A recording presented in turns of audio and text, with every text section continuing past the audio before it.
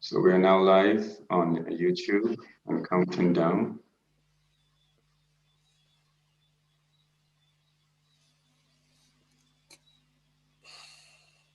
Participants in.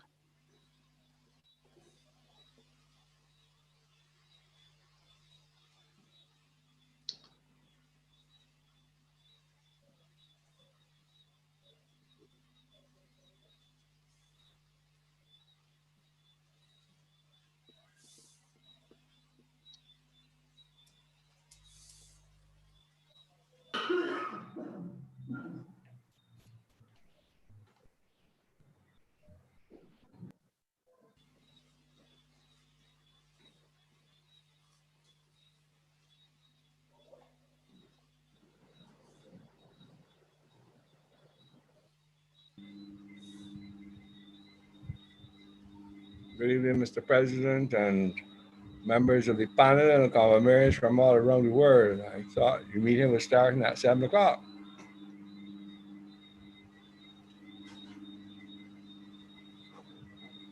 It's now 7 o'clock.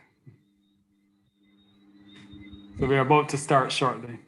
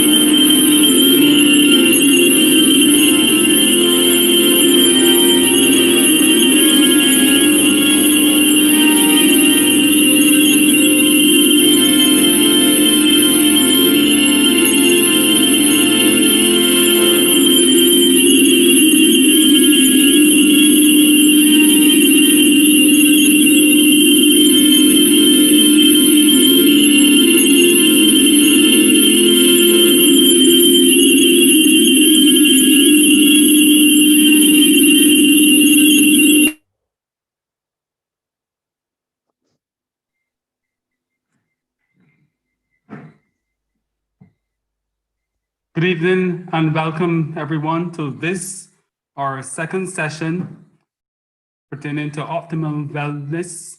This evening, our focus is on financial planning, and we have with us an esteemed team from Sagicor, Mr. Gay Griffith, Mr. Raul Williams, Mr. Nicholas Nichols, Mr. Stephen Robinson, and Mrs. Suzanne Boyer. Welcome all.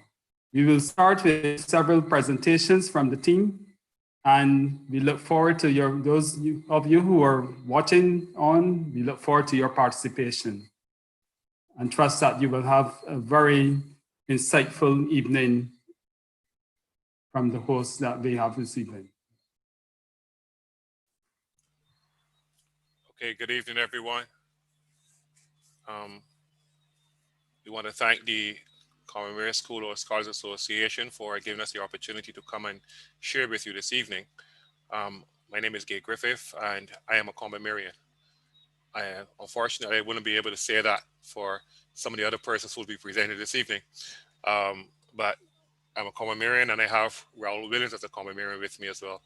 So Raul and I are two of the 5 people that are here with us this evening. Raul will be pushing the screens through that we can actually follow the presentation this afternoon.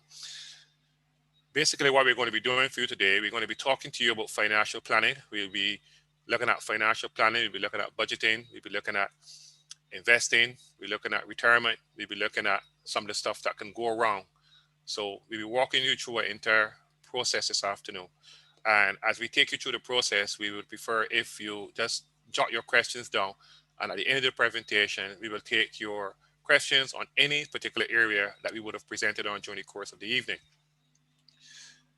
So first up, I'll just talk to you about financial planning. And as is shown on the screen, financial planning is an ongoing process which helps you to make informed decisions about the use of your income.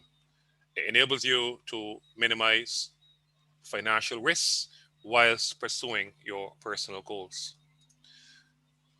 But what is a goal? A goal is an idea of the future or desired result that a person or a group of people envisions, plans, and commits to achieve. In life, people endeavor to reach goals within a finite time by setting deadlines. And goals could be short-term, they could be medium-term, or they could be long-term. Types of goals. People save towards the down payment of a home. And a lot of times people talk about having their own home. People want to get their house, but they call it their own home, and people want to save towards that. Everybody sees that as a dream. It comes right after you go after getting your car, then you look to get a house.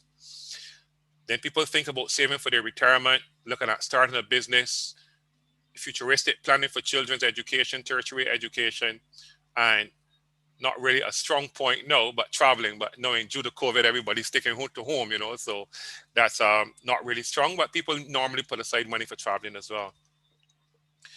This is the financial planning cycle, and it kind of takes you through the different stages that you will go through in relation to planning. You take your goal and you set your goal up. What is the goal that I'm trying to achieve? And then you have to sit down and identify what you have and what you owe. Then you analyze your financial status, and then you evaluate the data, and you actually try to put a plan down by writing it down. A lot of times we talk about plans and we talk about goals, but if they're not written down, you're not able to check in on them and see where you are and what adjustments you need to make. Once you write the plan down, you focus on implementing the plan, and then you do what you need to do once you have a plan, which is to monitor and review that plan continually. Because once you do that, you then will focus then on making adjustments where necessary, and when you need to implement a new plan. But why do you need to plan? And you plan because things go wrong sometimes. Ladies and gentlemen, things don't always go the way you would want them to go. You get sick, you suffer a critical illness, you could become disabled. You may miss and die too early, or you may live too long. You could lose your job, you could lose your spending power, you could lose your credit rating, you could have loss or damage to property, and you can have loss in terms of a failure of a business. So these things happen. So then you find your way into determining what really then is budgeting. And budgeting is a financial plan for a defined period. It is an estimate of income and expenses for a set period of time. It is usually established annually, but then broken down monthly, because typically for the individual, since that is often how income is received and the bills are paid. Budgeting provides you with a spending plan for your income. What is it that I'm going to do with my money when I earn it? And if you follow this, you will always have enough money for the things you need and the things that are important to you. The thing about it is that it is important to focus on needs and not wants. I don't think that any of us have enough income for our wants, but most of the time, we have enough income for our needs. So following a spending plan will also keep you out of debt or help you work your way out of debts that you're currently in. So you work your way either out of debt or out of debts that you are currently in. But when you first build your budget, you will probably need some time to monitor it to ensure that it is realistic. And people talk about SMART: specific, measurable, attainable, realistic, and time sensitive. During the second month of this budget, you will need to work with some of the kinks, and the routine will start to become part of your thinking, allowing things starting to fall into place. Things start to happen because you then start to get on a proper routine. By month 3, your spending plan should be running, should be going smooth, things going good. But then you can ask yourself some questions. Did I calculate my income correctly? Are the expenses that I have set up accurate? Did I miss anything, income-wise or expense-wise? Did I really give this a fair chance? And honestly, do I need to get some help? Do I need to get a professional to sit with me and walk me through the things that I need to do? Then you have to also consider that you have to make provision for seasonal and irregular income. And we're talking about situations where persons might be working in the hotel sector, where during season, which is December to like May, April, they're doing well money-wise. And then when you find May to September, October, not really earning. So they have to set up plans for that. You also have to set up plans with people who are in the Calypso area, who normally make a lot of money in the May, June, July, August, September, but then afterwards, when crop over is over, there's not a lot of income. So you have to make provision for persons who are getting seasonal and irregular income. And you have to make provision for annual expenses, whether it be your car insurance, your house insurance, land tax bills, people who pay their other insurances annually. You have to make provisions for these things so that at the end of the day, you can take the annual expense and put it into your monthly budget, that you have a good idea as to what you're doing from there. So ladies and gentlemen, as we continue, I want to say this to you, right? Remember that budgeting lies at the foundation of every financial plan. It doesn't matter if you're living paycheck to paycheck or earning 6 figures. It doesn't matter. You need to know where your money is going if you want to have a handle on your finances.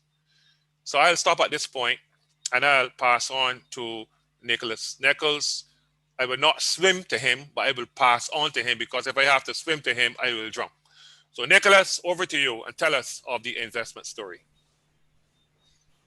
Hello, good evening, everybody. And thank you for allowing me to talk to you tonight.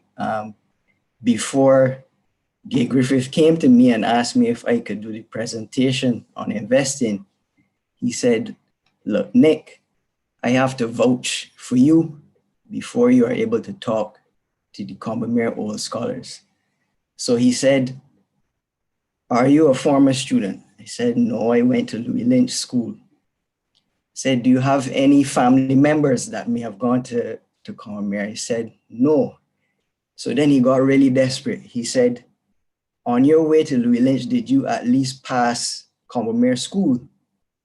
I said, no, Gabe, but I used to go to lessons at Combermere. He said, excellent. He said, okay, that's a starting point. So you can talk. He said, don't speak too long because it's a temporary pass. So I come to all of you with humility and most respect to discuss investing. So we're going with capital markets. So the presentation, we're going to just give a brief, the building blocks to investments. And it really starts with the capital markets. So in the capital markets, some of you may have heard of it, but you may not exactly know how it works. But in the capital market, they're made up of two main markets. The primary market, so that is where an equity or a bond is created, and it's sold in an initial public offering. And then you have the secondary market, which is normally a stock exchange, so they're like Barbados Stock Exchange. And individuals like you and I can go on the stock exchange and purchase shares of different companies and also purchase bonds. So that's basically how capital markets work. So we'll show what capital is used for on the next slide. Right, so main uses, as we can see, some companies are into renewables. They need capital. They want to build a wind farm, much smaller, much modest. They go to capital markets to start their business. As grand as some governments, the space program, buildings, you can see the Sagicor building there. And of course, a most popular one is a home. So what do lenders or the providers of capital, what do they benefit from providing capital? Is mainly they do it for a return or opportunity to grow their wealth over time. So before investing, as I'm sure a lot of you may know, you should assess the risk. Most investments look good at first glance, but when you dig deeper, you may find that some risks are inappropriate for you at a particular time. And the typical investment risks are risk of default. Some of you may be well aware of this because the government of Barbados defaulted on their debt. They could no longer pay interest or principal, so they had to pause and they defaulted. So that's a risk that whoever you lend to don't pay you back. And then there's liquidity risk. So liquidity risk is really the ease in which you can convert an asset to cash. So a perfect example, a home, it's a wonderful asset to have, but it's not very liquid. We can't say, I need $400,000 or $500,000 tomorrow, I'm gonna sell my home and it's gonna be sold. So that's liquidity risk. And then there's allocation risk, which basically means how you construct your portfolio. You have to have different assets in that portfolio. And if you overweight to one particular asset class, that's the risk that you would have over allocated to one area. So pleasantly surprised, on the right-hand side of the screen, we see one of your most successful Commonwealthians, Rihanna. And then that's me on the left. So everyone's wondering, why is that man on the left there offsetting the picture?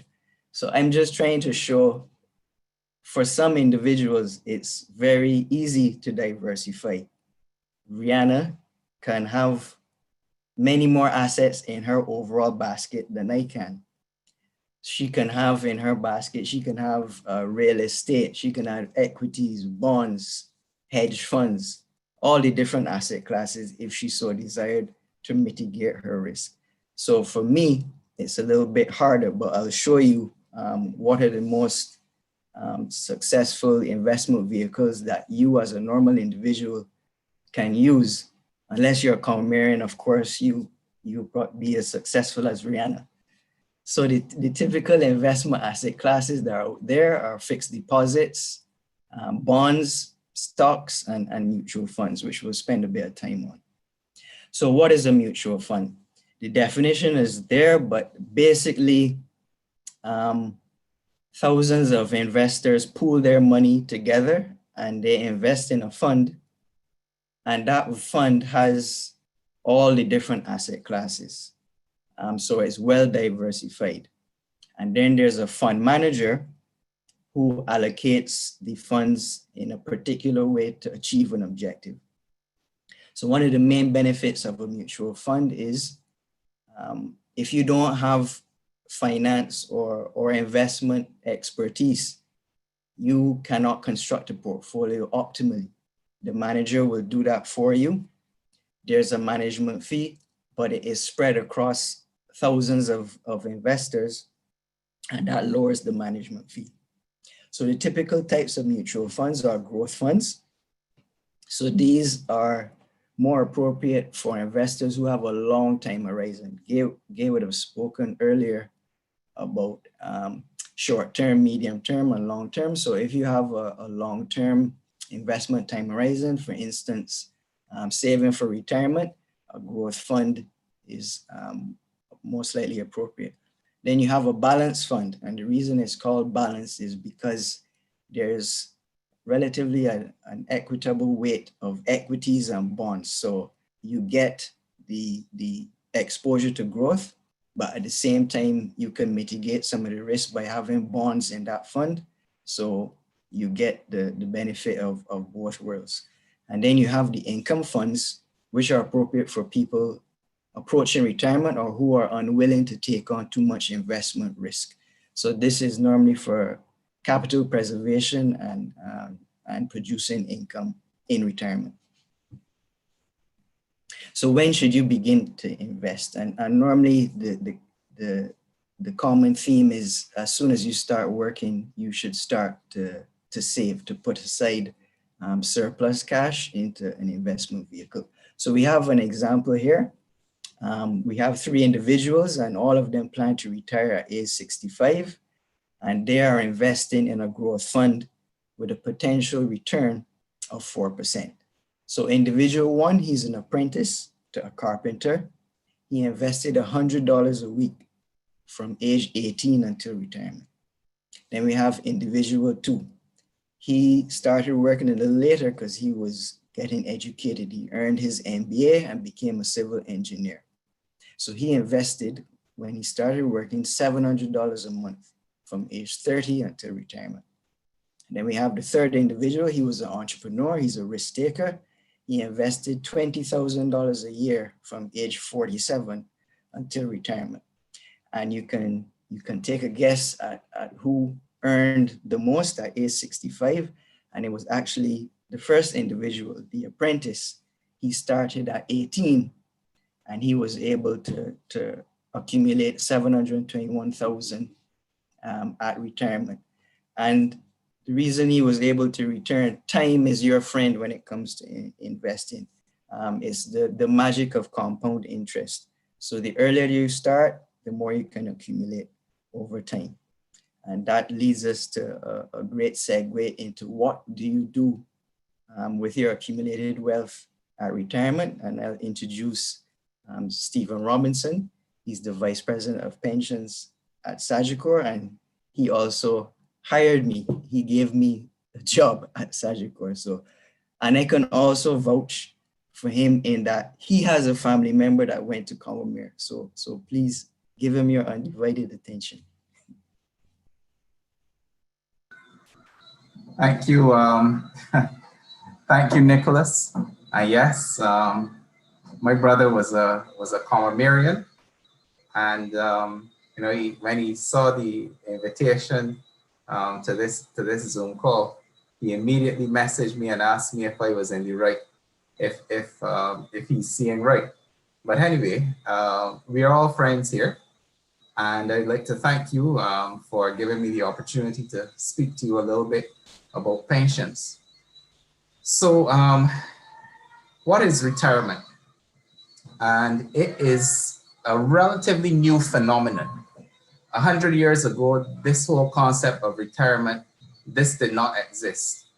Prior to a combination of increasing lifespans and the onset of government-sponsored benefits, persons worked their entire lives, or they were expected to be supported by family, primarily by their children, or in some cases by nephews or nieces that were close to, or that they were close to, or to be supported by the community in which they had lived for the majority of their lives. Now, however, people retire for as long as they have worked. And if you think about it, if you retire at age 60 and you have worked for from age 20, you could be looking at another 40 years of life if you live to 100. If you retire at age 65, you know, you might have started work at age 25 if if you went to university and, you know, maybe you got a master's and so on, and you know, you're looking at a 35-year working, 40-year working life, and now you are expected to live, you know, you could live into your 90s. So you have a long time that you need to fund for during retirement. Now, financial independence, retire early. This is a concept that a lot of younger people, the millennials, are trying to achieve, as opposed to what many of us who are in the generation before the millennials is happening, where is you don't retire until gone, or drug, that is my acronym. FIRE is mostly from a personal financial perspective, whereas drug is from a company financial and from a practical perspective. You may not have the ability to retire early. Now, these two schools of thought are considered fantasy and avoidance, respectively, by Teresa Gilgaducci, who's the author of How to Retire with Enough Money. There's a school of thought that persons who retire early live longer, while those of us who retire later, you actually can end up working in a stressful job all the way through to age 65 or even longer than that. So you can understand intuitively why it may be healthy to take an early retirement. And if you retire early, you have more time to invest in your health. You can sleep more, you can exercise more, go to the beach, and generally enjoy a quality of life that was not available to you in your working years. Work can be stressful. A New York Times article said that 7 years of retirement can be as good for your health as reducing the chance of getting a serious disease by 20%. Conversely, though, a Japanese doctor and longevity expert lived, a guy called Shigeaki Hinoharahu, lived until age 105. He died in 2015. And he said in 2009, don't retire. Physical and social inactivities could lead to an early death. So there are two schools of thought here, and you have to find your own sweet spot. The typical American leaves the workforce at age 63. Personal finance, Marvin Suze Orman, she challenged the assumption that that's wise, and she suggested that 70 is the new retirement age. Now, retirement is not a one slide back, Raul. Retirement is not a one-size-fits-all situation. There's no price tag to a successful retirement. Having $1 million or more than $1 million, that's not a retirement plan. Gay would have spoken about your budgeting and so on. Retirement is all about matching your finances to your lifestyle, and one is just as important as the other. Success is being able to manage life in a satisfying and fulfilling way using the financial resources that you have. However, since there's no one-size-fits-all plan, though, there is certain rules of thumb that are commonly applied, and one of those is that you should allocate about 15% of your gross income to retirement saving. And Nicholas went through a very good example of what happens when you start saving from the age of 18 all the way through to retirement versus when you start later. The amount that you have to save in order to meet the same goal is considerably higher. So I always encourage people that I speak to, start saving for retirement as soon as possible. Gay spoke about budgeting. Budget to pay yourself first, and part of paying yourself is making sure that you put aside that 15% to save towards your retirement. Remember that you are likely going to be in the retirement phase of your life for almost as long as you were in the working phase of your life.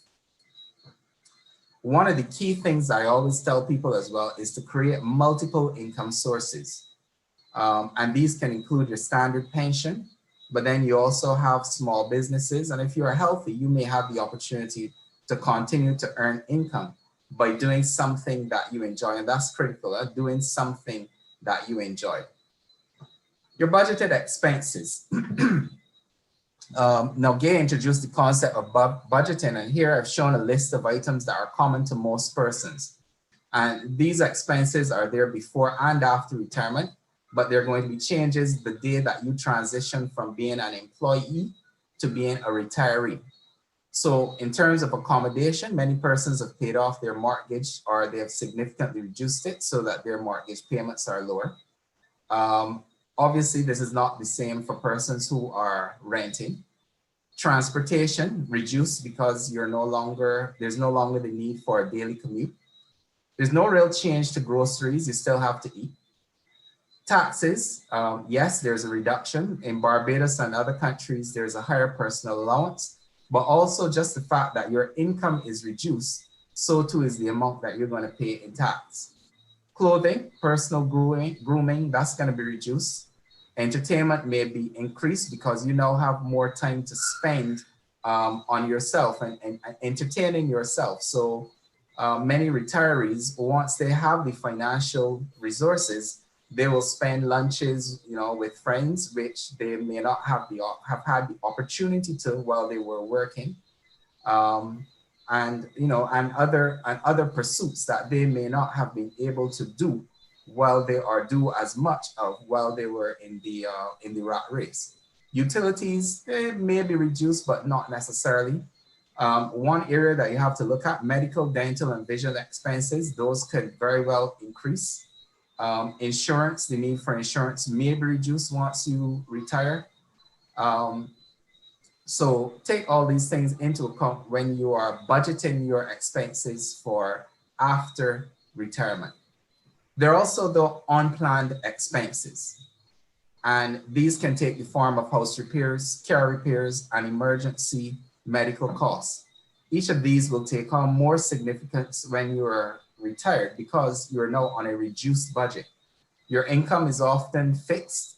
And even if it increases, the increase is often not sufficient to cover inflation.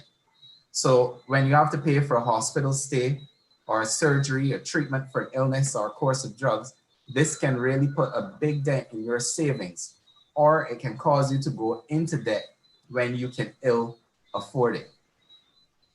Now, just now we spoke about inflation and there are some other risks that occur during retirement, and those risks are there before retirement as well, particularly investment return, especially if a low or a negative rate of investment return occurs just before retirement. So just think, if you've been saving diligently for the last 30 years and shortly before you retire, there is a financial crash, or government of Barbados restructures its debt.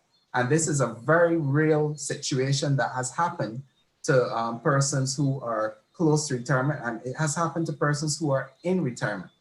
And these things can really screw up your retirement income.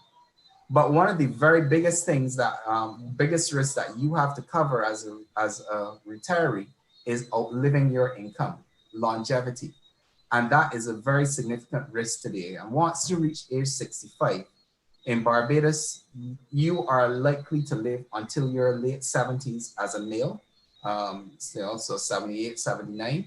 And as a female, you are likely to live into your 80s. I think about 81, 82 is the average age of death for a person who has reached the age of 65. So you're looking at anywhere from 14 to 17 as the average future lifestyle once you retire at age 65.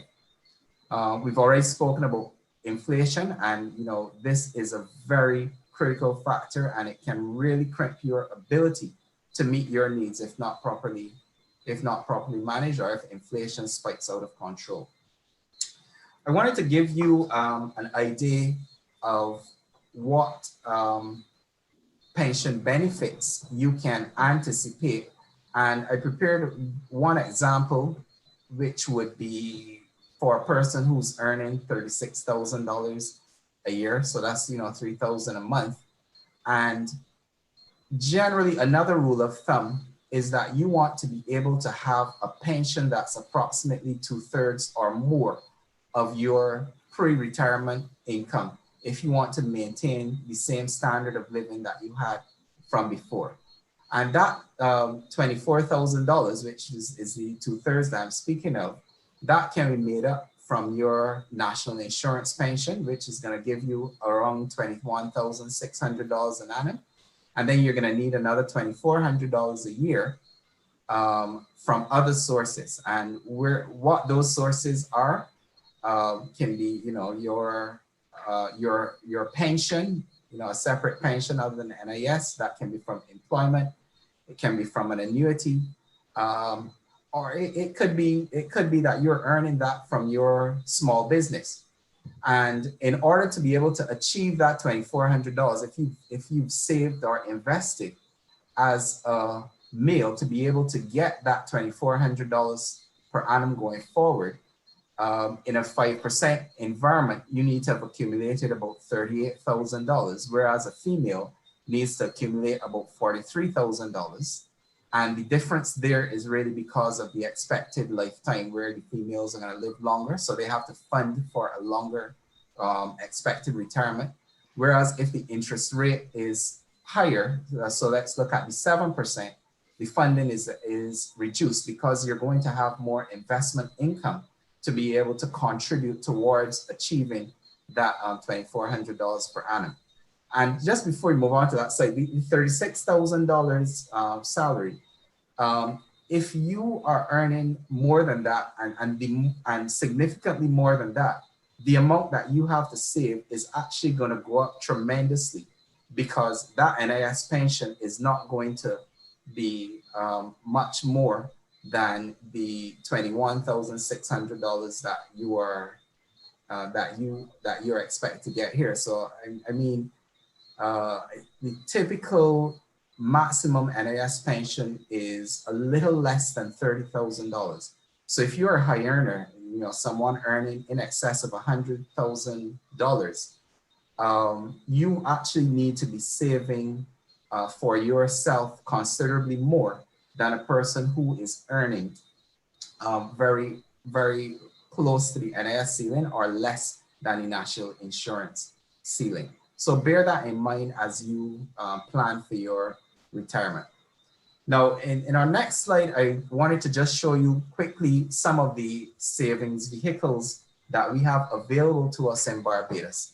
And the national insurance is one, and I know there are some concerns about the future viability of the national insurance, which I wouldn't necessarily get into here, but that is a very real concern. Employer pension plans, there are two flavors, the defined contribution and the defined benefit pension plan. The difference being that where the risk lies for the person. You have annuities, you have mutual funds, which Nicholas would have covered. You have your registered retirement savings plan, individual deferred annuity contract. We still have government bonds. And then the other investment asset classes, such as equities and real estate, which can include undeveloped land and property. And then, of course, you have your small business. If you've been able to create another source of income during your working life that will continue into retirement, or you may want to take some part-time work once you have retired officially. Finally, what I would say to you is a positive attitude is really going to help you to achieve your retirement plan and to live the life that you want during retirement. Wikipedia defines old age as ages nearing or surpassing the life expectancy of human beings.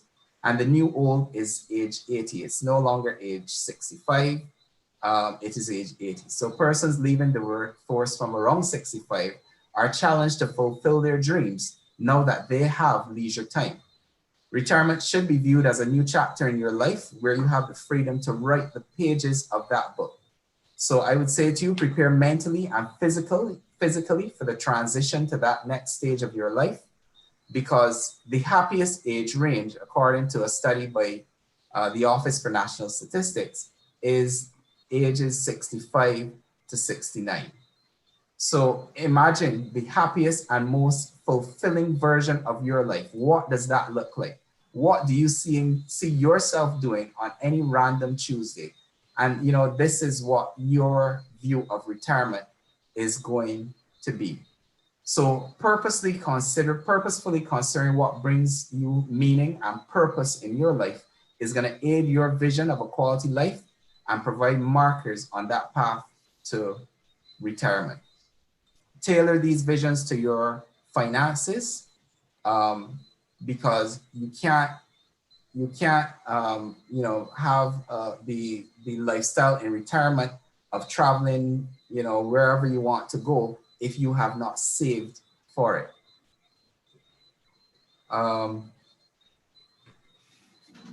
One of the things that you may need to consider, as I said, is to have a part-time job. And generally, if you're going to go into that role, make sure that you have prepared for it before you retire. Make sure that it is something that you enjoy doing, not something that when you wake up on a morning that you are going to say, oh, I gotta go to work. Find something that is gonna give you purpose in your life and that you are going to, you know, after years, look back on with a sense of accomplishment and a sense of pride. I'm now gonna turn you over to Susan. Susan is not a Commonwealthian, but I am told that she passed through Waterford most mornings, taking her daughters to school. So, you know, she is an honorary old scholar, and I will pass over to Susan at this time. Thank you very much for giving me the opportunity to speak to you. Excellent. Well, good night, everyone. And I was going to say I will not let you guess about my connection to Combermere, but I guess you recognize that I pass by every morning. Well, I really appreciate the time and for you listening to me tonight and to us tonight. We have heard what must be done to prepare from an investment, retirement planning, and budgeting perspective from my colleagues. And we would all agree that this advice of planning is necessary, but we know that things do not always work out the way we plan them to. Just look at the environment we are currently in. Who expected a pandemic in 2020? The year that is synonymous with perfect vision. We do not plan to get sick, but we will need some kind of medical care at some point. And there are packages which can help you recover the cost of medical surprises. There are health insurance and critical illness that Gay would have mentioned earlier, and I'm going to walk you through starting, but with a conversation of wellness. Another fact that health insurance encourages wellness by making healthcare more affordable and accessible to you. So staying on wellness, this is life as we know it. Birds do it. Bees also do it. What do they do? Even us as humans have no choice from day to day. Human beings do this also. But before I surprise you with what is the reality, I hope that we are all on the same page here.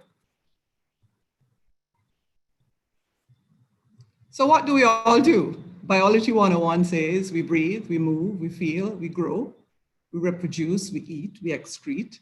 These are the basic things we do. So, okay. But how effective are we as humans at doing these things? It's not just what we do, but how we do what we do. The state of our health and wellness determines just how well we do. You would agree, I'm sure. Non-communicable diseases kill 41 million people each year, equivalent to 71% of all deaths globally. Cardiovascular diseases account for most NCD deaths, or about 17.9 million people annually, followed by cancers, respiratory diseases, 3.9 million, and diabetes, 1.6. These four groups of diseases account for about just over 80% of all premature NCD deaths. And each year, 15 million people die from an NCD between the ages of 30 and 69. But get this, researchers believe that for most part, these occurrences are preventable and manageable. From many perspectives, wellness and peace of mind. So not surprisingly, health and wellness ranks number 3 in the UN Sustainable Development Goals. This goal states that as nations, we must ensure healthy lives and promote well-being for all at all ages. Ensure healthy lives and promote well-being for all at all ages. Let's look at the definition of healthy lives and well-being. So this is one definition taken from the Government of Canada's website. Healthy living is the practice of health-enhancing behaviors, or put simply, living in healthy ways. It implies the physical, the mental, and spiritual capacity to make healthy choices. And well-being includes the presence of positive emotions and moods, example, contentment, happiness, the absence of negative emotions, example, depression, anxiety, just satisfaction with life, fulfillment, and positive functioning. And that came from the Centers for Disease Control and Prevention. Staying on wellness. This 8-dimensional view gives context to the areas associated with wellness. There are other models, some focus on less and others on more of the dimensions, but there are always varying degrees of impact of these on each of us. The message really here is that we believe that the absence of the physical, the wellness of us physically, creates a rippling effect on the other forms of wellness and therefore eventually one's peace of mind. So minimizing this exposure is absolutely necessary. And minimizing this exposure begins and ends with each of us doing the practical thing. Keep this in your minds as I continue to walk you through this portion of the presentation tonight. So let's look at some of the determined poor wellness factors. All of these reasons point to this truth that the enjoyment of health and wellness begins and ends with you, well, and me, the individual, and clearly lies in the choices we make. As we go along our daily lives, we forget to pay attention to our state of health. We may eat the wrong things. Stress builds up. Stephen spoke of that. We are too busy to exercise, and access to medical health services either delayed or too late.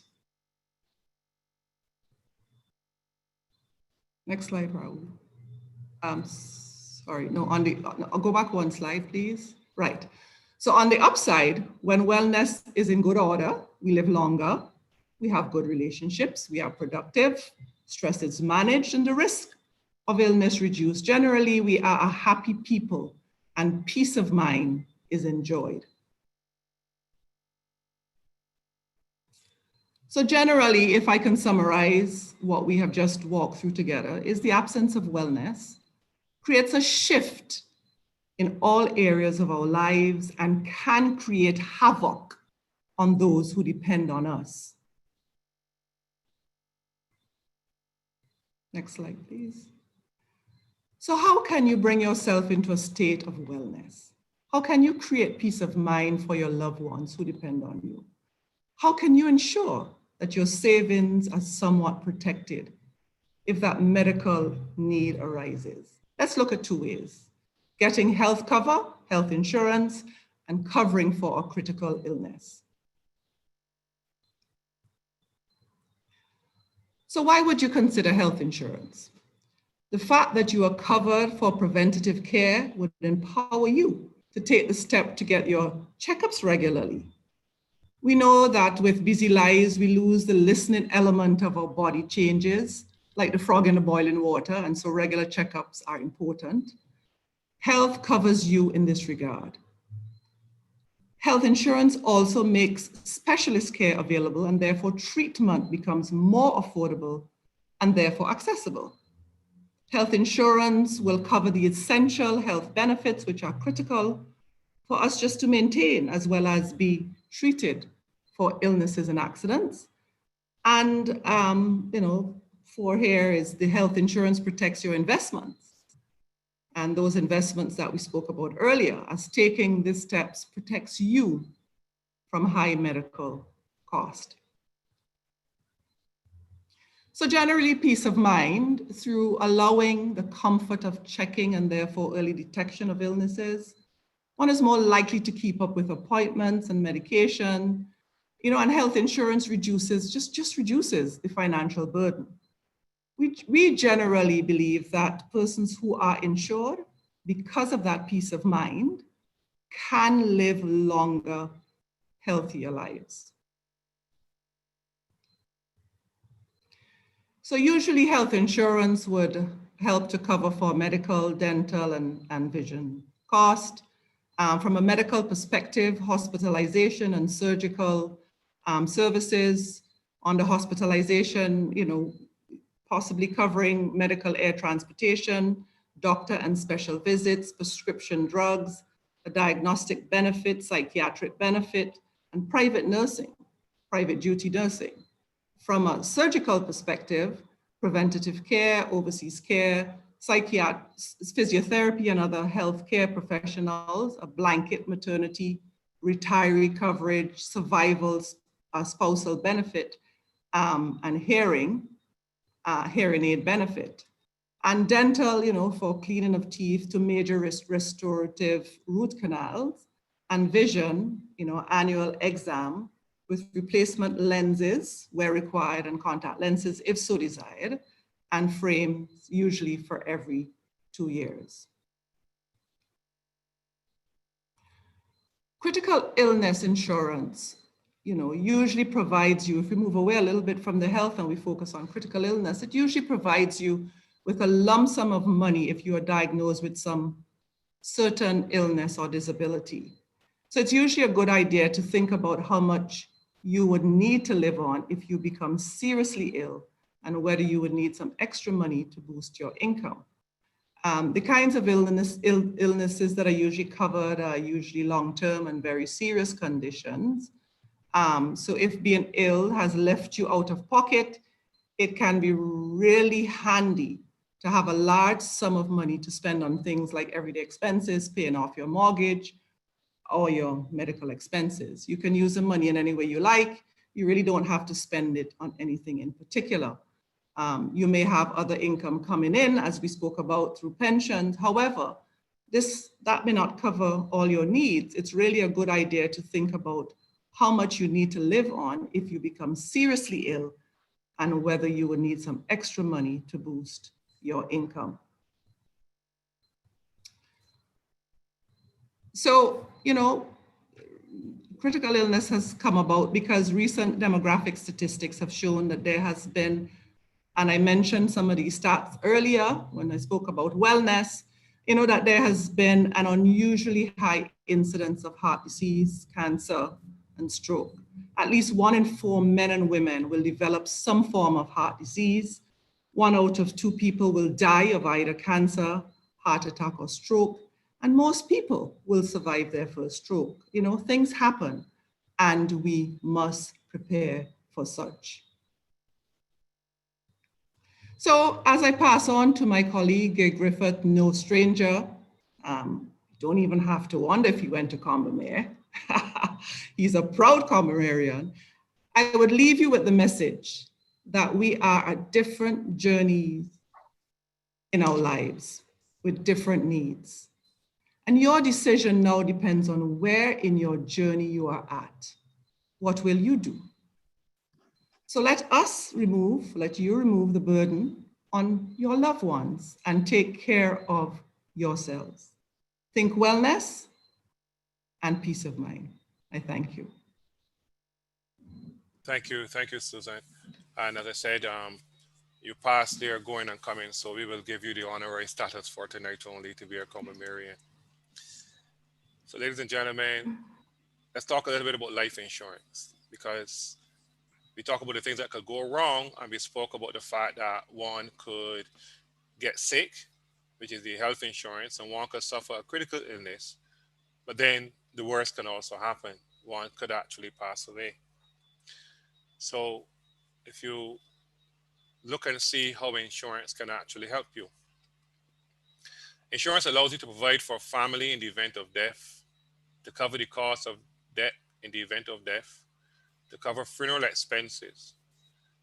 And the thing about it is, I think I should just share with you that most of us in the 40s, 50s, 60s, 70s, when our parents passed away, they left us with debt. They left us with covering their funeral expenses. Most of the time, they didn't leave us with a lot of money.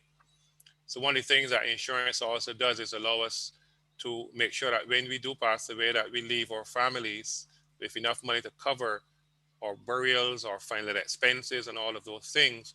And then if we can, leave some generational wealth for our families, that we can leave them with some income that they can actually be able to help out themselves and have a better standard of life than what we would have had.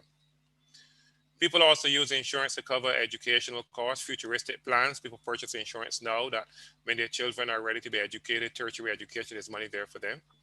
And insurance is also purchased a security for loans, especially for mortgages, so that in the event of the person passing away, that the mortgage can be cleared off. Other reasons, as I mentioned just now, accumulating wealth for your heirs, to provide replacement income, example like retirement and disability, to assist with medical expenses, and Susan just spoke about that. But if you have insurance that you can actually get access to some cash in the event of medical expenses, just to make sure that in addition to the medical plan, you have additional cash as well. You might have repairs to vehicles and accidents. You need to have cash for that as well. So insurance comes in handy for that in that as well. Although it's a part of the law that you must have your vehicle insured, it's not a part of the law that your house is insured. But it's good to have these things insured that you actually protect against the eventuality of things happening, and to repair and build property in the event of disasters. So let's dive in a little bit further and take a closer look at life insurance, really. Okay. And so life insurance provides coverage for the duration of the policy, or until death of the life insured, whichever comes first. So on the passing of the life insured, the named beneficiary, the administrator of the estate, will file a claim with the insurance company for the death benefit provided by the insurance company. And this is a perfect opportunity for me to tell you persons here on the call that if you do have a life insurance policy, it's good to maybe check your policy and see that the policy has a beneficiary on it. Because if you have a named beneficiary, it makes the payout easier. Years ago, prior to the Insurance Act changing in 1997, we were not really encouraged to name beneficiaries on policies. But nowadays, we should. Some of you would have had policies from years ago. Go back and check and make sure if you just work out for yourself who is the person or the persons that you would like to receive the money in case anything happens to you. And having that named beneficiary means that proceeds can be paid out from an insurance person's death within the first 2 weeks of the death. So you can have that done. There are cases where we would have paid the proceeds out before the funeral actually took place. So I'm just saying that it's better to have the beneficiary than to actually have to go to the estate, because going to the estate would require letters of administration being taken, and that can take a couple of months as well. That death benefit is really the amount that is paid out on the person's death, and the total paid takes into consideration any loans or anything that were outstanding that you actually will liquidate those loans before they pay the net proceeds to the family. And the death benefit is paid, as I said, once all the documents are submitted to the satisfaction of the insurance company. So you can place the life insurance in two categories. You can look at what is permanent and what is temporary. And the permanent insurance will speak to endowment policies and whole life policies, whereas the temporary insurance will speak to term insurance coverages, okay? If we take a look at these things again, the term, the endowment, the whole life, and final expense products, these are basically the types of life insurance that you will find in any company that you deal with. Ladies and gentlemen, I want to make it clear that we are not saying to you to come to Sagicor. We would love you to come to Sagicor, but I would rather you have insurance than purchase an insurance policy because you need to have it. Get a health insurance policy because you need to have it. Get a critical illness policy because you need to have it. Plan for your retirement because you need to have it. Plan to invest your money because you need to do it. So the point is, it's not a Sagicor thing. It is saying to you that if you're looking at financial planning and looking at setting up yourself properly and doing your budgeting, you want to make sure that you have insurance to protect against the risk of things that can happen to you. Insurance policies generate cash values. They allow you to take loans on them. They can use collateral for mortgages and that kind of stuff. It provides a steady stream of income if you need it. And it also takes care of burial expenses, all right? So if you just go into these specific types of insurance policies, you will see that a term insurance policy provides coverage for a specified period of time. You determine the time from the time you start. You determine you want a policy to go for 10 years, 20 years, you want a policy for 5 years, you want a policy to go to 65, 70, 80. You determine the length of time that you want the policy to go for. And it guarantees a death benefit during the specified period. It doesn't generate a cash payout if the life assured is alive at the end of the period. So let's go this way again. If you have a term insurance policy, it covers you for a specific period of time, and your full sum assured is paid out if the person passes away during the specific time. If the time that you had the loan for has expired, then there's no need, nothing will be paid. People normally will buy term insurance policies if they're getting a mortgage and the mortgage is for 25 years. They would say, okay, let me get an insurance policy to cover this mortgage. And they would buy term insurance. It's the cheapest form of insurance that one can find. So you buy the term insurance, it covers you for the 25 years. However, at the end of the 25 years and you are alive, nothing is paid. However, if you pass away during the 25 years, you can rest assured that the full sum assured to be paid out because that is what you protected. You purchased the risk of something happening during a specific period of time. Another product that speaks to a specific period of time is an endowment policy. But whereas the term insurance is normally known to be the cheapest form of insurance, the endowment insurance is known to be the more expensive type of insurance. So it provides coverage for a specified period of time, and it guarantees a death benefit during the specified period. But there's a cash payout at the end of the period when the policy matures. And you recognize that at the end, if you have a $100,000 policy and it runs for 25 years and it is an endowment policy, during the life of the coverage, you're covered for $100,000. But at the payout time, you will receive $100,000 as well. So the payout in the endowment is whether you die or whether you reach retirement. Whereas on a term policy, the payout is only if you die within the specified period of the policy.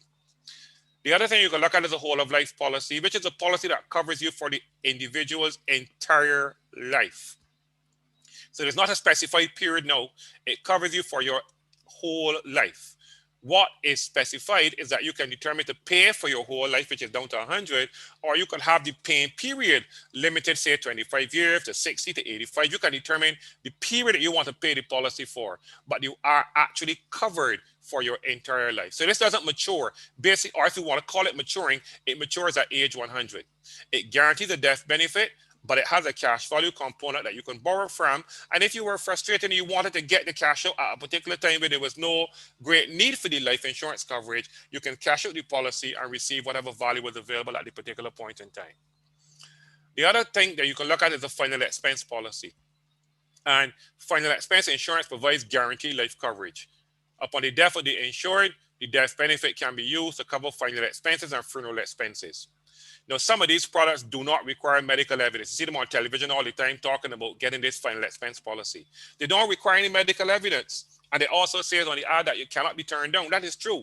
But because of that, because they don't require any medical evidence, these policies are normally priced accordingly. So you will pay a little bit more for these products than you would pay for a policy that you provide medical evidence for. Okay?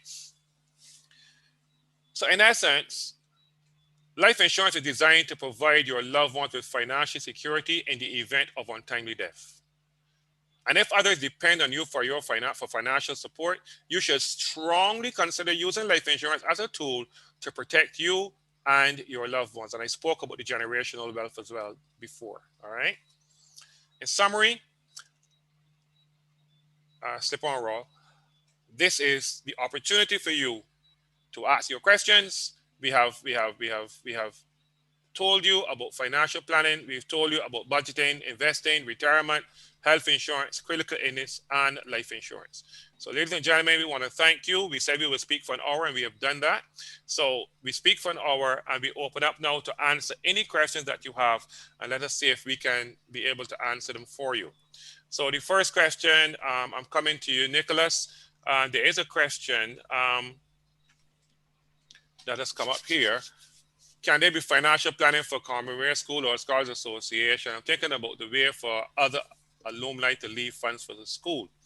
So the question is, Is there an active stock that overseas persons can invest in? Well, regarding if you can leave funds, it sounds like you want to start an endowment for all scholars. So again, I would recommend the mutual funds. Reason being, with an endowment of that nature, the time horizon is very long because you want it to be there for, I would imagine, generations of Commonwealth students. So in that case, you can take on more risk. So it would make sense to invest in a growth fund. And regarding the second question, I think they were asking if there are active investments overseas. Is that what it was? Yeah, he's asking about he's asking if there's an active stock that overseas alumni can invest in, basically. Right, as I said, well, an active stock, I'm not sure if he means, because when you say an active stock, that could mean a single equity. So a share in Goddard Enterprises. I don't think he means that, but if it is that you want to invest, you're a Commonwealth, you live overseas, you want to invest money in Barbados, I would, as I said, the mutual fund seems to be the most appropriate in that instance because he wants it to be used for alumni and intergenerational investment. Okay.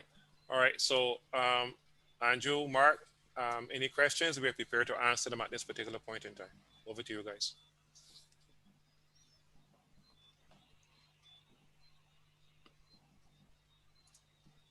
Not seeing any on YouTube.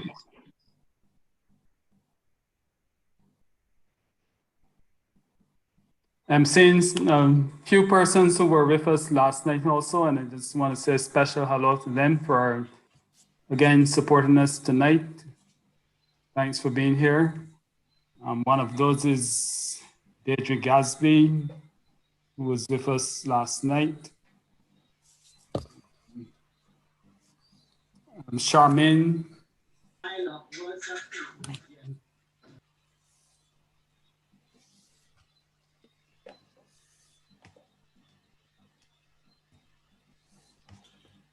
So, Andrew and team, many times persons don't focus on financial planning, and that is the direct reason that a lot of persons would find themselves in trouble from a planning perspective. So if you have to have a takeaway from this, person should focus on allocating money out of what they work for from the time they get their first paycheck. And Stephen was actually going there and Nicholas was going there as well.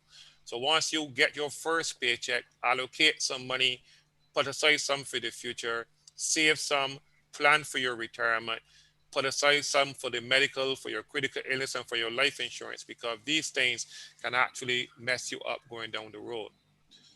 A question about what type of insurance policy you recommend for someone is 60. And that is not a question that one can answer like that.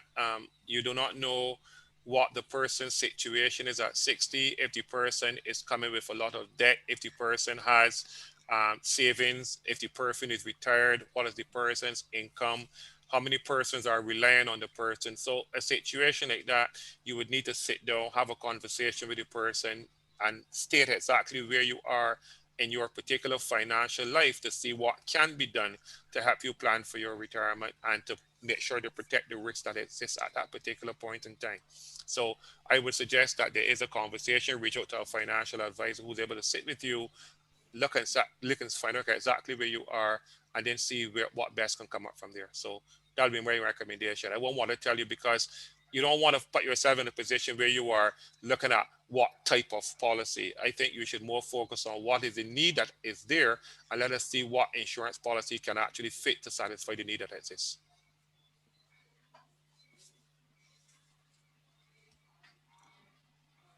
So as I said, persons have to plan. You know, a lot of us like to have fun, and it's good to have fun in your life, right?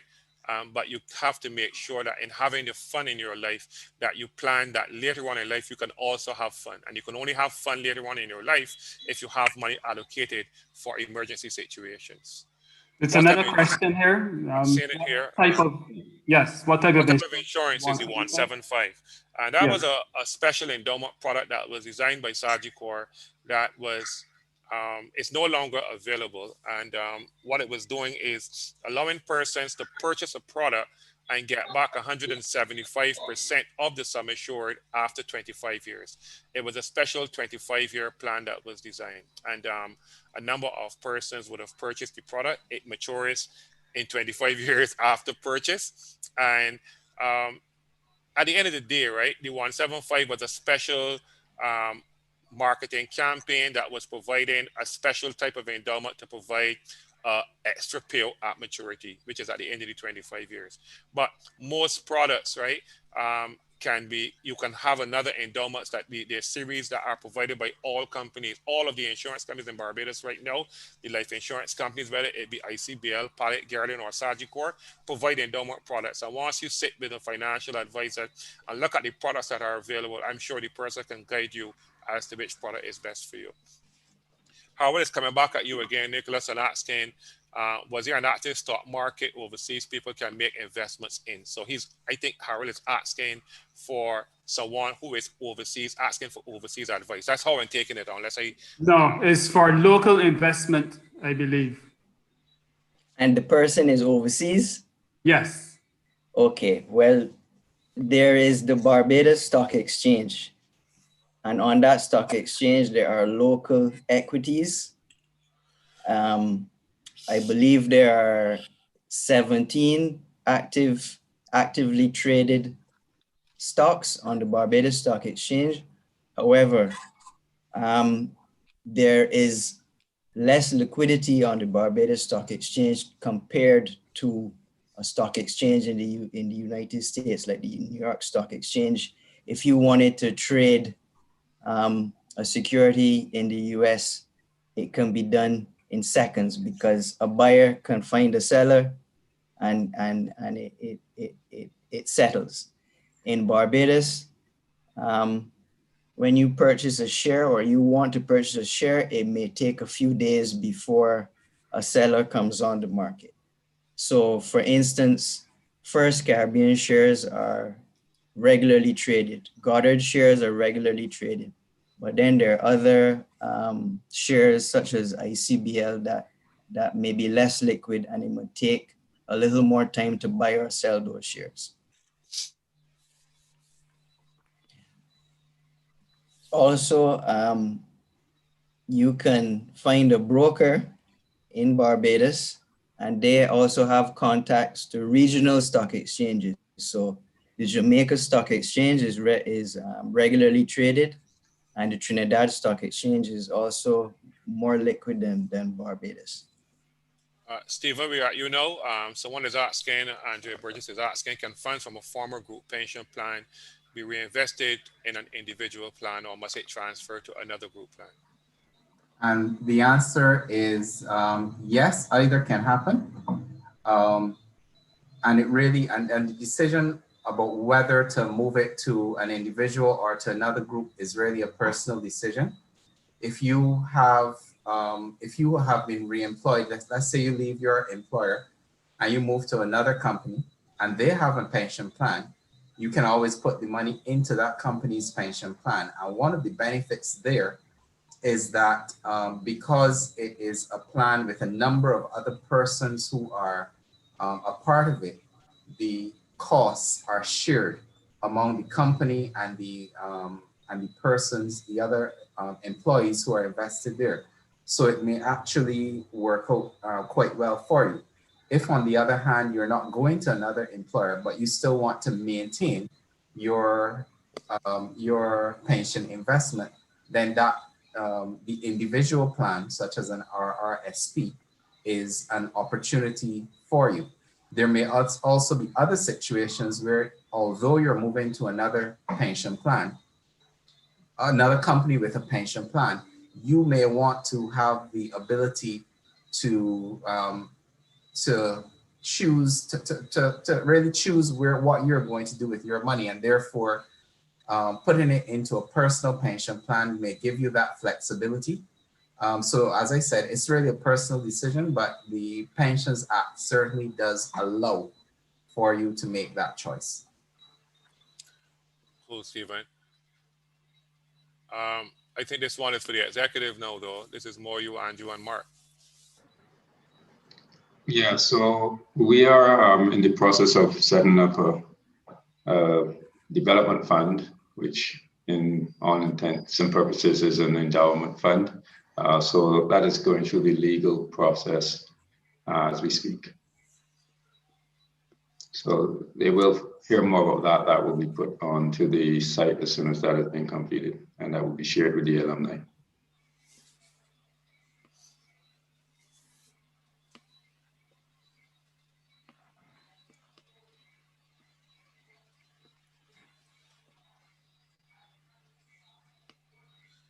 There's a question for the health lady. So there was only one lady, so it better be you, Susan.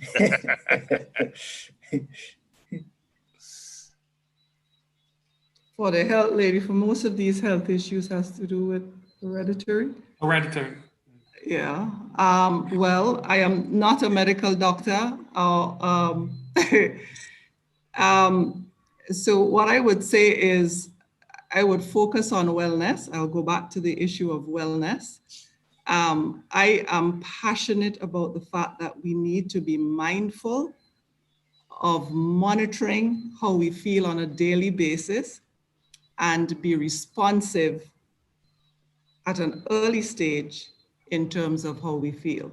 And that comfort comes, and the comfort of doing that comes from the fact that we have some kind of insurance or some piggy bank or some comfort that if something goes wrong, that we have that cover. But it goes really back to us continuously monitoring. And yes, there's some hereditary issues. I get it. You know, I've people know that I've raised a child with type 1 diabetes. Was it hereditary? Who knows? Perhaps it was. We may not know. But being responsive to our own body's reactions and how we feel is very, very important on a daily basis. And that's how I will answer that. Thanks. I have a question from, thank you. I have a question from someone who's watching on YouTube.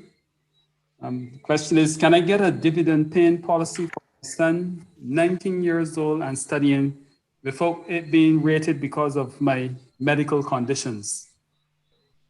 Could you ask that question again, please? Can I get a dividend paying policy for my son, who is 19 years old and studying, without it being rated because of my medical conditions? So this is a mother who has medical conditions, and she's seeking to get a dividend paying policy for her 19-year-old son who is studying. Well, the thing is that the medical condition of the mother has no bearing on the application at all, because the parent is just purchasing, she's just the owner of the policy. The person whose life we are insuring is the child, who is the 19-year-old. So once the 19-year-old is in good health and doesn't have any medical conditions, he or she is able to get the insurance without any rating or any extra cost added to it at all. I would also add something on that in terms of, there's also, it seems the lady is looking for an investment where income is being provided from that investment, dividend paying. Right. So there are Government of Barbados savings bonds. This is different from the government bonds that defaulted or BOSS. So those bonds are paying an interest of 5% annually, and the interest is paid semi-annually. So it's 5% total annually, but you get 2.5% twice a year. you can also invest in one of those bonds, and they have some mutual funds that pay you a dividend twice a year. For instance, our Sagicor Preferred Income Mutual Fund pays a dividend twice a year. If the year in which government of Barbados defaulted, we only pay the dividend once that year. So I just wanted to mention those different options.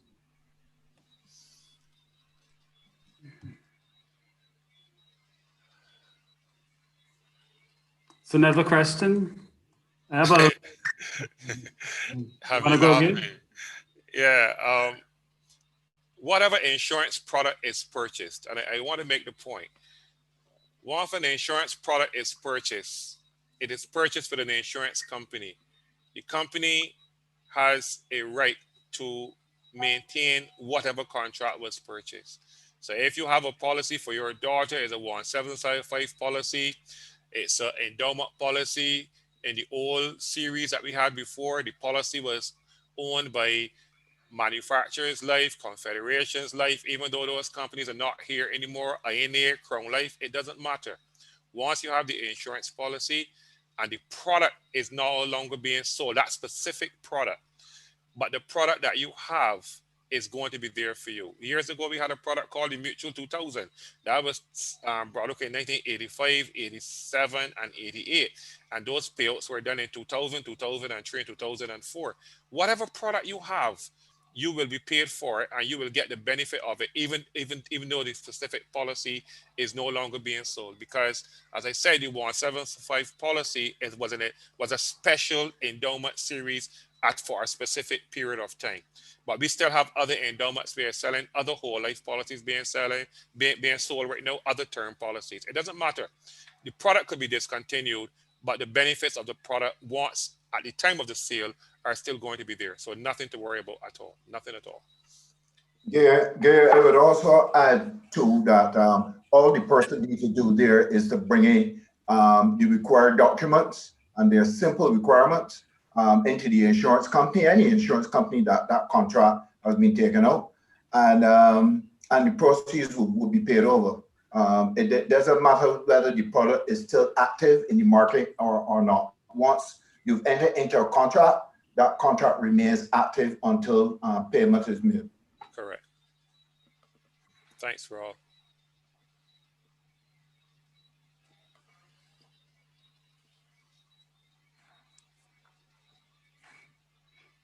Okay, there are no further questions. So can we have wrap up?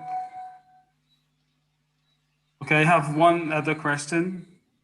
The question is, are there any companies that provide health insurance for persons with pre-existing conditions, even if it's a limited policy? Did you hear that? Yeah, the lady will answer that, the lady health lady. Okay. The health lady has an ear. And the answer is to the question is yes. I would tell you to contact a Sagicor advisor and we will sort you out. Again, it goes back to what exactly are your needs. And I think Gay raised the Gay made address this. We need to understand exactly what your needs are, exactly where you are in your life journey, what are you looking for, and we will respond to that. Thanks, Susan. Sure.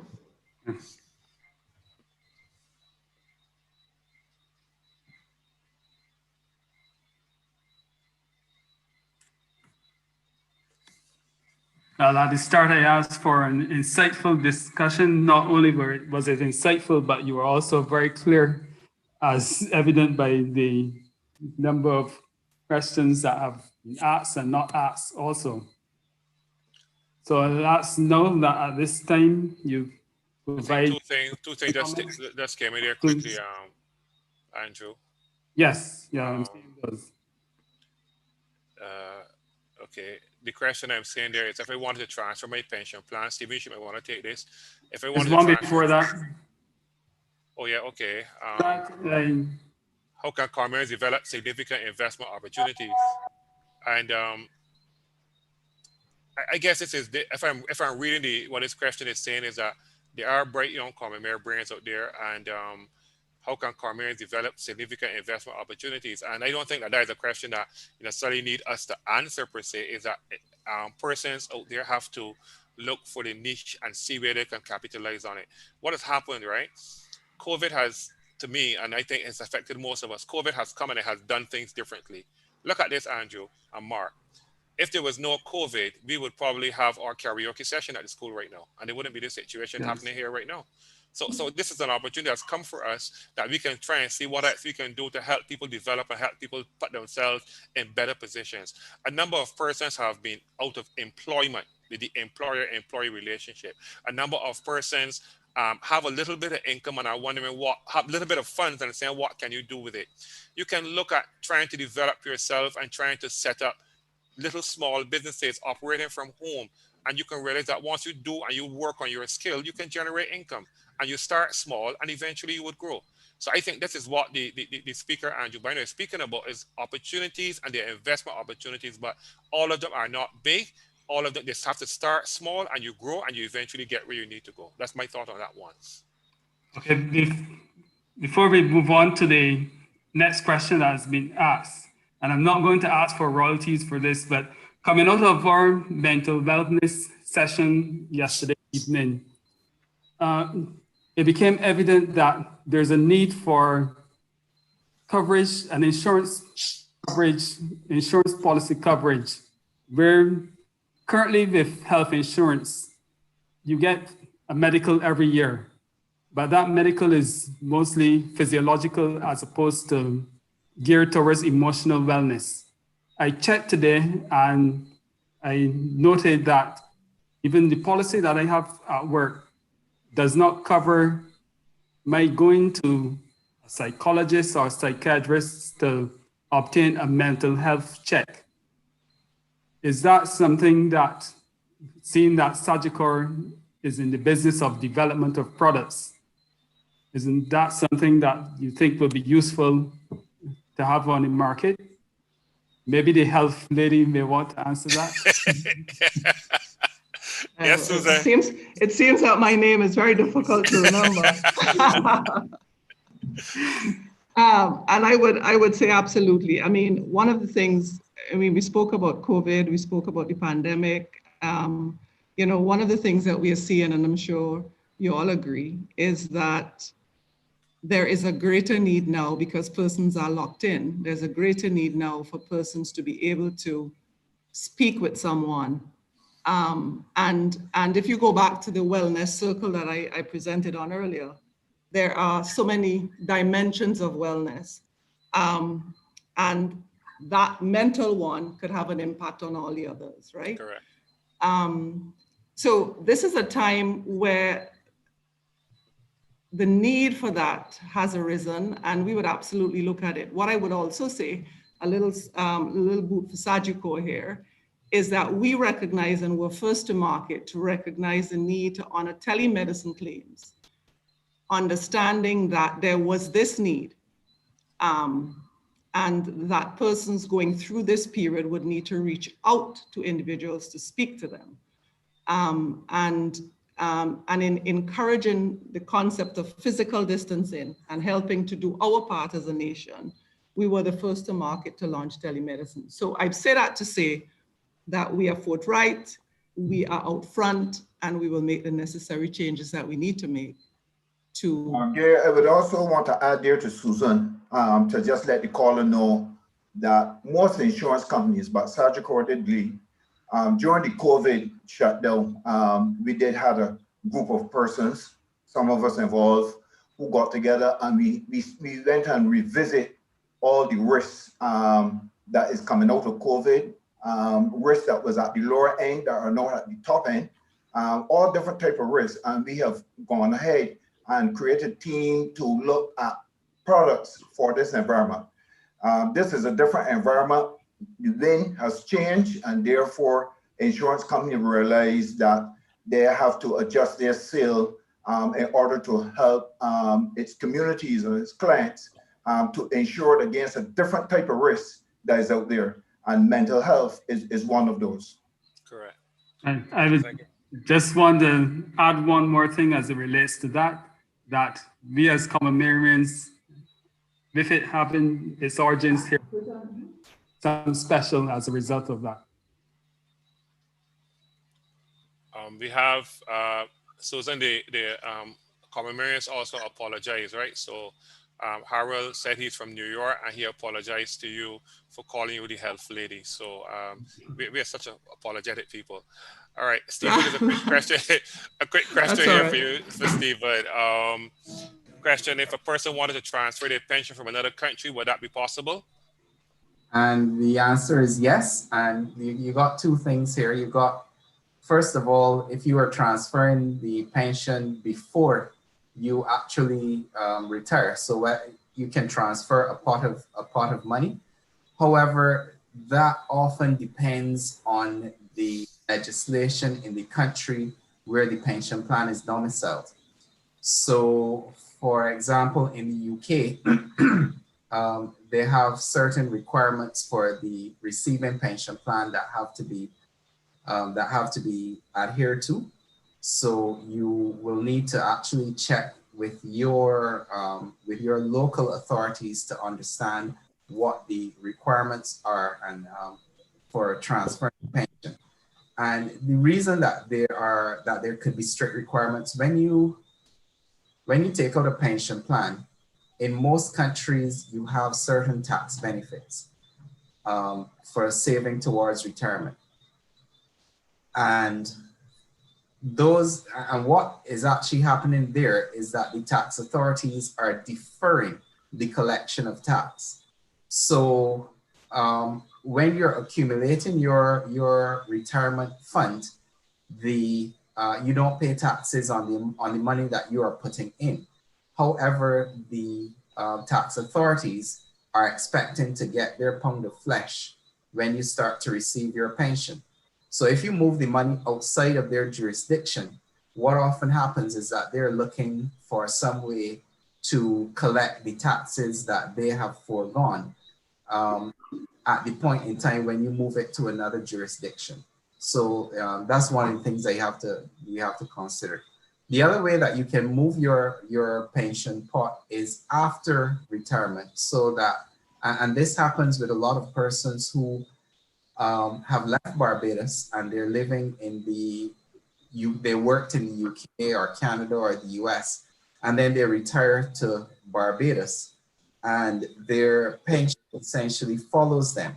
And that happens quite regularly. You generally will let the whoever the payer of the pension is know what your address is going to be. You give them your local bank account in Barbados, and then they set it up. There's always some means. They always require you to verify that you're still alive in order to continue to receive the pension.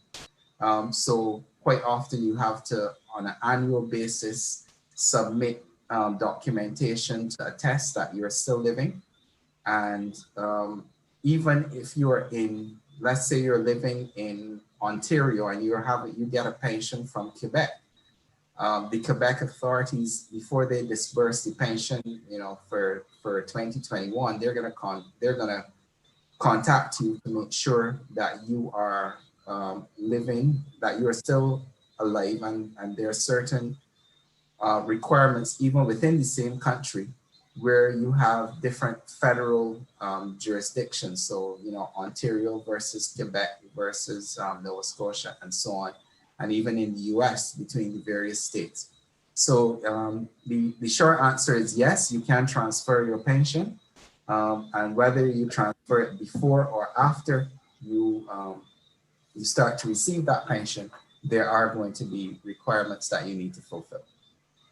I would add to that, Gay, that from an administrative standpoint, that when the pension is overseas, insurance companies work with the bank. So what has to do is really apply to the exchange, the bank, the central bank, get permission, and insurance companies tend to work with the central bank And once they get permission to have that pension paid over a period of time, it could be 5 years or so, then the insurance company then use that permission then to send the money overseas to the individual. Okay, thank you very much. Now invite Ms. Boyer or Gay to provide some closing remarks.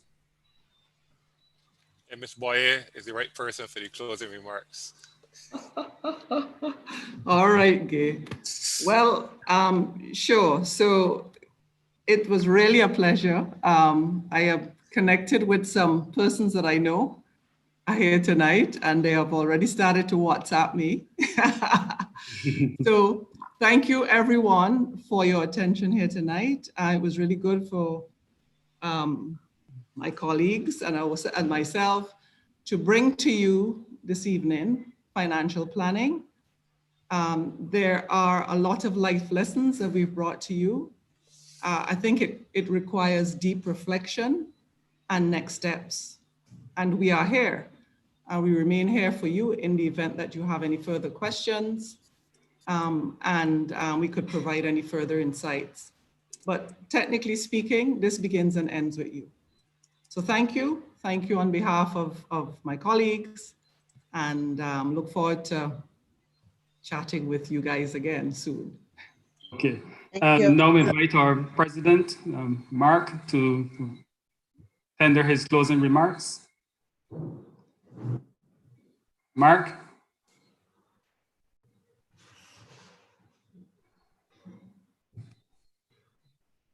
Mark? Sorry, I was in a screen share mode there, so I couldn't change. So I'd like to thank, on behalf of the AO Scholars, the members of Sagicor for this presentation. From a lot of the comments that I've seen here, people think that it was definitely very informative.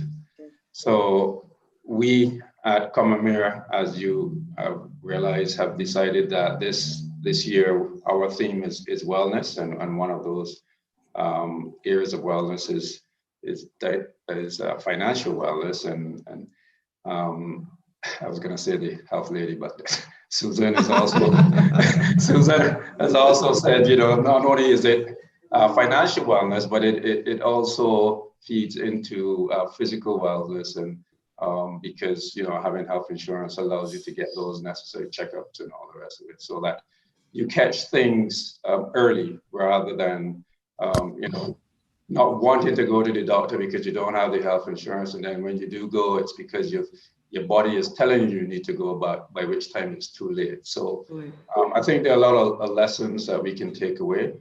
So on behalf of the AO Scholars, I would just like to say thank you guys from Sagicor for taking the time to present to us. Andrew, over. Thanks everyone. For those of you who are with us on both Zoom and YouTube, again, we thank you for your support this evening.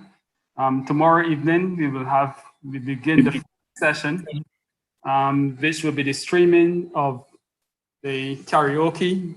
That will be essentially a private event, but we're going to there, and we invite you to join us again.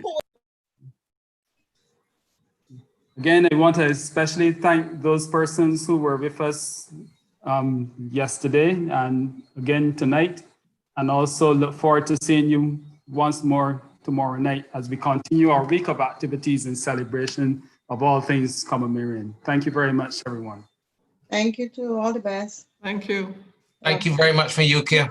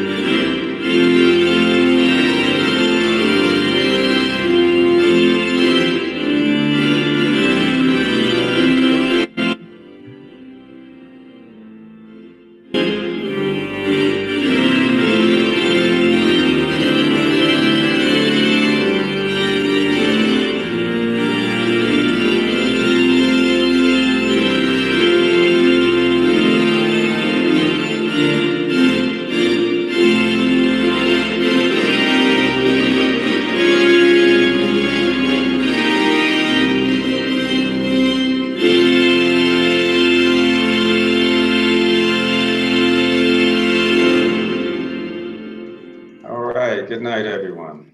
Good night. Thank you. Good night. Bye. Good night, all. Good night, all.